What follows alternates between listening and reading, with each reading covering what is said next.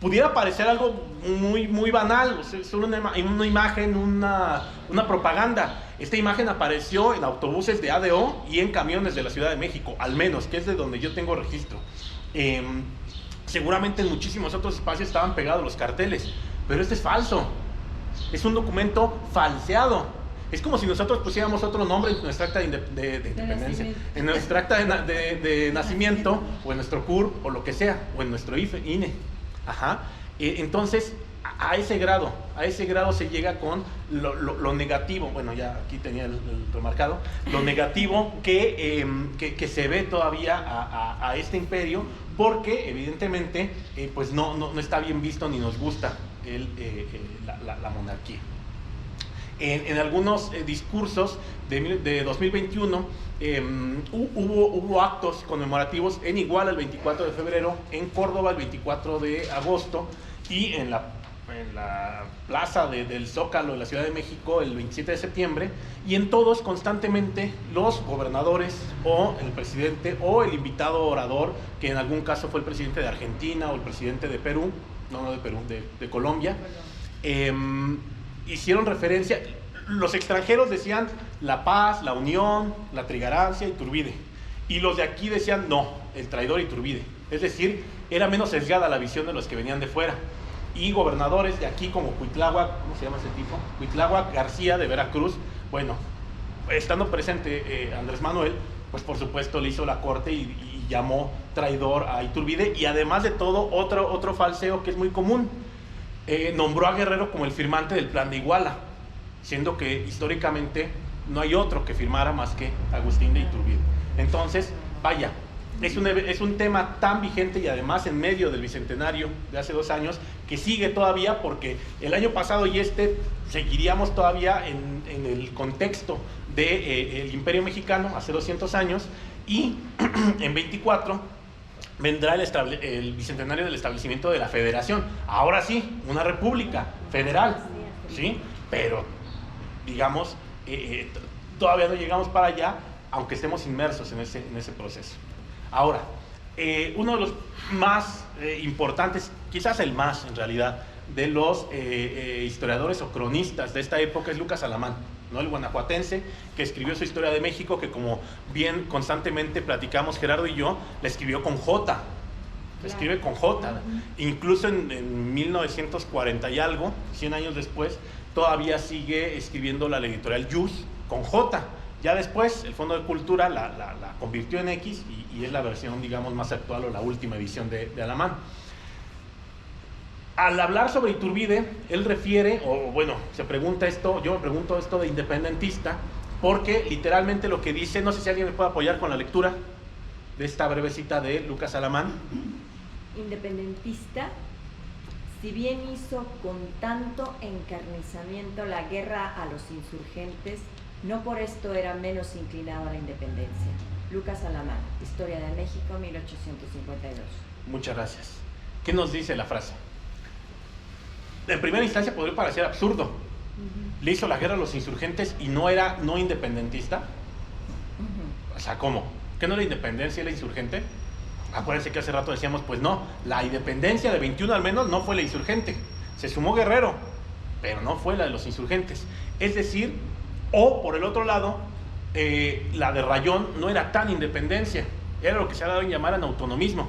Es decir, seguimos manteniendo al rey y nosotros nos gobernamos con obediencia. La Commonwealth, de la que sigue siendo parte Canadá, por ejemplo, que sigue siendo su regenta la reina, bueno, ya se murió, el rey.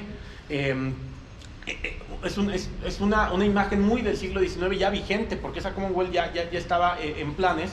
Entonces era muy común que hubiera reinos cercanos a las monarquías, pero no dependientes directamente como colonia. Entonces Rayón y el propio Iturbide en alguna parte de la campaña todavía piensan en esto: vamos a tomar una distancia, pero llamemos al rey a que o nos gobierne o le rindamos obediencia. Entonces la independencia no es sinónimo por sí mismo de la insurgencia, y no es lo mismo que liberalismo, y no es lo mismo que republicanismo. Son diferentes proyectos y muchos actores que a final de cuentas acaban teniendo cada uno pues su visión muy concreta. Así, adelante. Una pregunta, si en el caso de Rayón también era una cuestión un poco más cinemática constitucional, ¿por qué esta imagen no se ve tan ajustada? Porque al final, aquí al menos tenemos escuelas, calles, claro. Los nombres de allá, la Plaza Rayón. Aquí está atrásito, acá está. Sí, ¿cuál sería como la situación? Bueno, aparte de lo del emperador, pero ¿qué diferencia la visión que tenemos de este personaje? Sí, se me olvidó, y qué bueno, ¿tu nombre, perdón? Iván, ahorita como dice Iván, en cualquier momento que quieran interrumpirme y hacer preguntas, sin ningún problema. Gracias por la pregunta. Simple y sencillamente porque Rayón no llegó a ser monarca, yo creo, definitivamente. Una. Y dos, porque Rayón ha sido rescatado y de los últimos años, ¿no? Recientemente en realidad, en el siglo XIX, en el siglo XX, perdón, sobre todo los que estudiaban la independencia, que eran Ernesto Lemoine y algunos otros, Ernesto de la Torre Villar y pocos más, pues eran súper morelistas. Entonces, si nos vamos con Morelos, pues hay que ignorar a Rayón, porque es el antagonista de cierta forma. Pero Rayón tiene dos ventajas o dos virtudes. Una, que te digo que no gobernó como Iturbide, no acaba siendo autoproclamado. Y dos, que él desaparece. Prácticamente desde la muerte de Morelos ya no existe Rayón. Poco a poco se empieza a descubrir que estaba todavía presente por allí, pero en realidad Ignacio ya no va a figurar en el proceso de independencia, ni a favor ni en contra, ni del lado monarquista o del republicano. Va a estar indultado, va a estar en la vida privada, parece ser que en Tlalpujahua, ¿no? Como era de esperar, bueno, como era lógico, y después creo que va a ser miembro de la Suprema Corte o algo así, ya en la vida independiente. Pero digamos que baja su perfil ya por completo, ya no figura, ni a favor, insisto, ni en contra.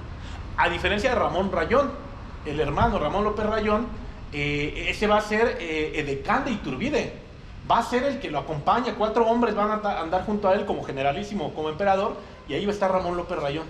Y ese va a quedar bastante más quemado ya en lo local. Pero de todas formas, digo, al grado de que no nos suena tanto Ramón López Rayón, no, pero tiene una importancia bastante grande. Pero sí, en el caso de Rayón, ni fu ni fa, ¿no? O sea, queda flotando y pues otro más de los que anduvo con Hidalgo. Porque además recordemos, lo que Morelos no tuvo, sí lo tuvo Rayón, o al menos no comprobado, el nombramiento de Hidalgo. Que parece ser que en esta época pues es la palabra del Señor, ¿no? Claro. Un nombramiento de Hidalgo para insurreccionar a las provincias pesa más que muchas otras cosas en el contexto de la insurgencia. Morelos siempre dijo que lo tenía, pero documentalmente no lo tenemos, ni él lo demostró ante el Congreso. Pero bueno, es maravilloso ver la parte de la insurgencia todavía, o sea, ya está muy estudiada la insurgencia, pero las cosas, esos vacíos, esos huecos de las pugnas entre ellos, son sensacionales. O el pleito que traen los vocales de la Suprema Junta Nacional Americana de Zitácuaro, ¿no? Se están matando Ignacio López Rayón con Verduzco y con Lisiaga, y después con Morelos, y todos contra todos, todos contra todos. Eso va a ser lo que los debilite más en realidad. Y los propios insurgentes e Iturbide están al tanto, ¿eh? Ellos dicen, oigan, ¿qué fiesta traen estos? Es el momento de atacar. Y acaban a la Junta gracias a esa división interna. Pero bueno, esa es otra historia. Con la misma pregunta de independentista Iturbide, ¿podrían alguien igual apoyarme en leer esta cita, que también es de Lucas Alamán, sobre Iturbide? Adelante, por favor. Independentista, en 1815 Iturbide le manifestó al militar realista de origen italiano Vicente Filisola su opinión acerca de lo sencillo que sería conseguir la independencia con la unión de insurgentes y realistas. Muchas gracias. Según Alamán, en una comunicación personal, de la cual evidentemente, bueno, más bien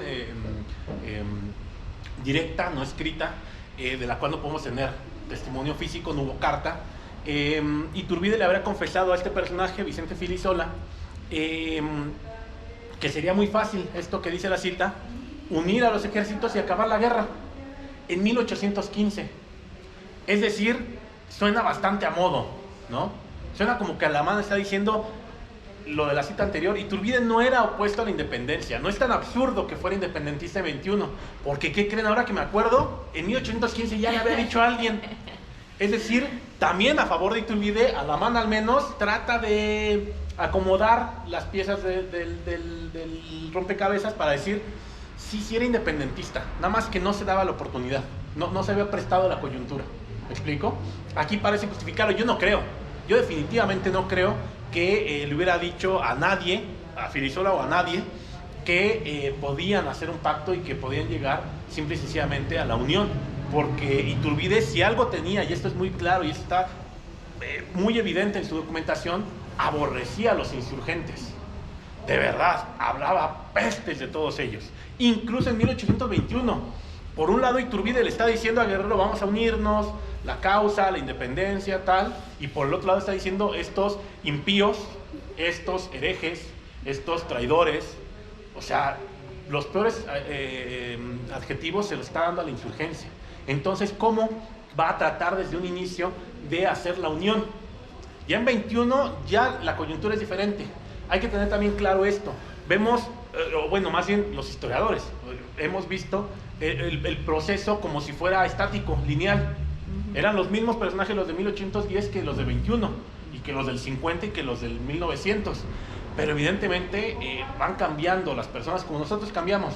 Como decía Mercedes Sosa, todo cambia, ¿no? Constante y permanentemente, eso es el único permanente, el cambio en realidad.